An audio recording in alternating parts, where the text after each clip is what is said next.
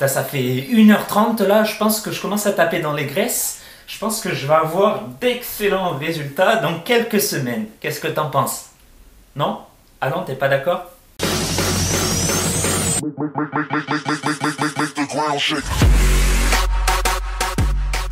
Bienvenue à toi dans cette vidéo. Alors aujourd'hui je vais parler d'un sujet qui me tient à cœur vraiment, c'est le cardio. Comment faire du cardio pour brûler un maximum de graisse, hein.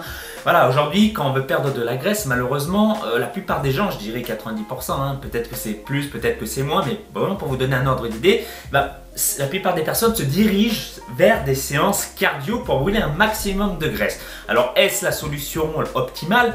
Est-ce la meilleure chose pour atteindre son objectif en faisant le moins d'efforts possible?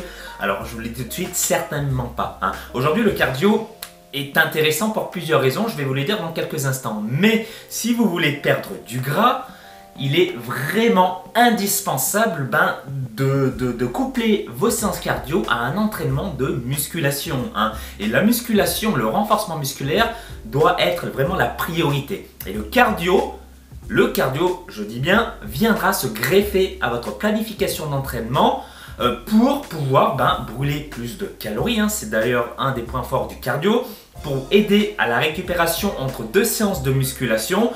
Évidemment pour améliorer votre endurance, hein, voilà, on le sait tous, il n'y a pas de secret là-dessus, et puis également votre système cardiovasculaire. Et l'avantage du cardio, hein, d'insérer des séances de cardio dans une planification d'entraînement qui est consacrée prioritairement à la musculation, c'est que ça peut, si vous le faites intelligemment, casser les stagnations et vous aider à accélérer la perte de masse graisseuse, hein. Donc oui, ça peut être intéressant, mais encore faut-il le faire intelligemment, et c'est ce qu'on va voir dans cette vidéo.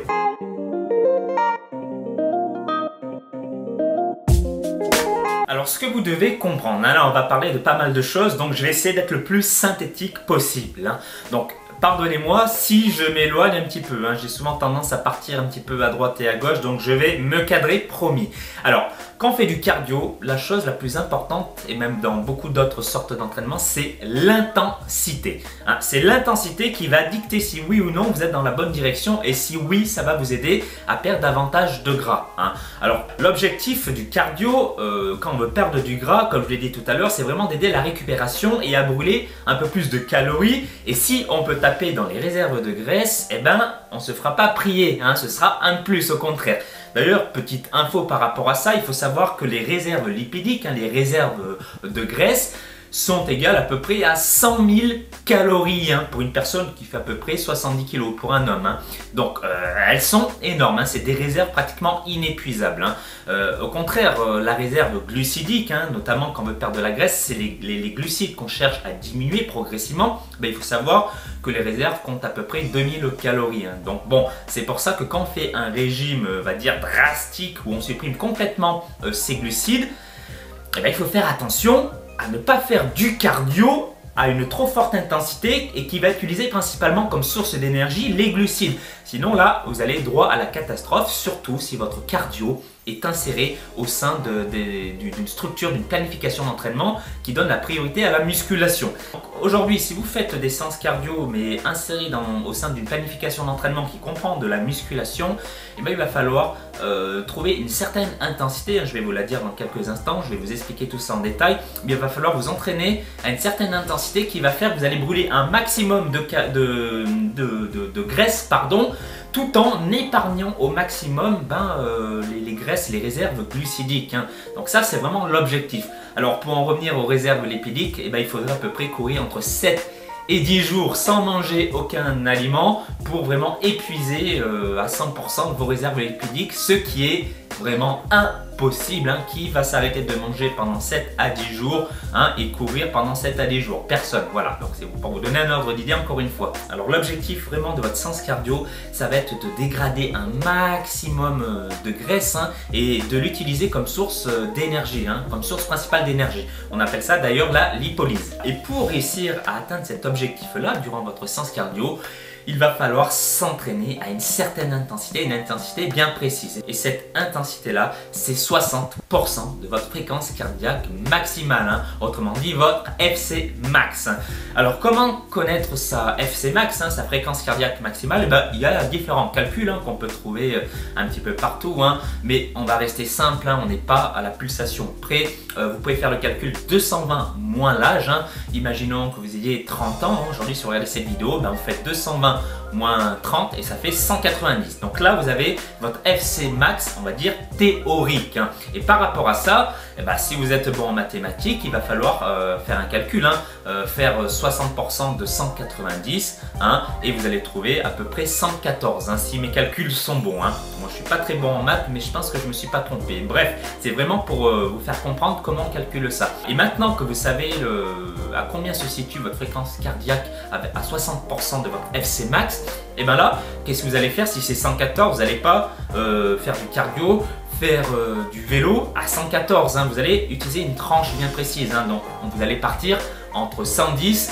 et 120, hein, une petite fourchette dans laquelle vous devrez rester pour pouvoir vous entraîner, encore une fois, intelligemment et brûler un maximum de graisse tout en épargnant au maximum l'utilisation du glucose sanguin ou encore du glycogène, hein, stocké au niveau de vos muscles ou de votre foie. Voilà, donc 60% de votre FC max, c'est vraiment une zone qu'on appelle la zone brûle-graisse, hein. Ici, dans cette zone brûle-graisse, hein, il y aura à peu près 85% de l'énergie fournie à votre corps qui sera utilisée par les graisses, hein, par les réserves de graisse. Donc c'est énorme, hein.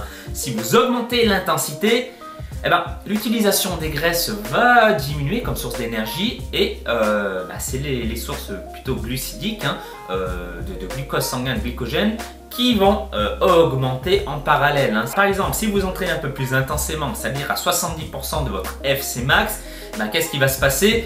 Là, l'utilisation de vos graisses comme source principale d'énergie durant l'effort va diminuer considérablement. Elle va passer à 50%, hein.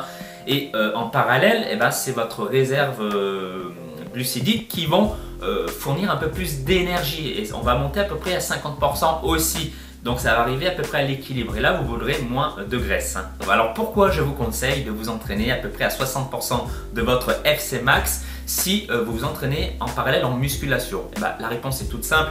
C'est parce que quand votre objectif est de perdre de la graisse, perdre du poids, logiquement, si vous faites bien les choses, vous diminuez en parallèle votre consommation de glucides, hein, qui va ensuite se transformer en glucose sanguin et cela peut également se stocker sous forme de glycogène au niveau de vos muscles, également au niveau de votre foie. Et quand on diminue assez drastiquement, quand on arrive plutôt en fin de sèche et qu'on a beaucoup moins d'énergie, qu'on a beaucoup moins de glucose sanguin et moins de réserve de glycogène, qu'est-ce qui se passe? On est de plus en plus fatigué. Alors si vous vous infligez en parallèle de la musculation qui est quand même quelque chose d'assez intense, des séances assez intenses à 70 voire 80 voire 90% de votre FC max, là vous allez encore brûler un maximum de glucides et malheureusement les réserves vont être de plus en plus épuisées, hein. Elles peuvent jamais s'épuiser à 100%, attention,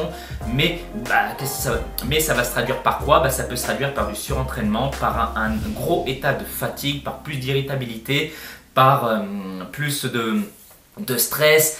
Bref, c'est pas sur quoi il faut se pencher, hein. Je vous rappelle que les séances cardio insérées entre des séances de musculation ont pour but la récupération, hein, musculaire, hein. Donc si vous infligez des entraînements trop intenses de cardio, entre deux séances de musculation, vous n'allez pas être frais à 100%, hein. Vous allez accumuler encore une fois de la fatigue.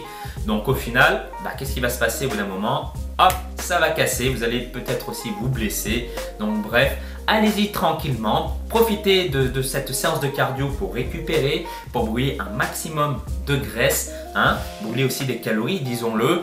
Et puis voilà, c'est tout, hein. N'allez pas à 300 à l'heure, ça ne sert à rien.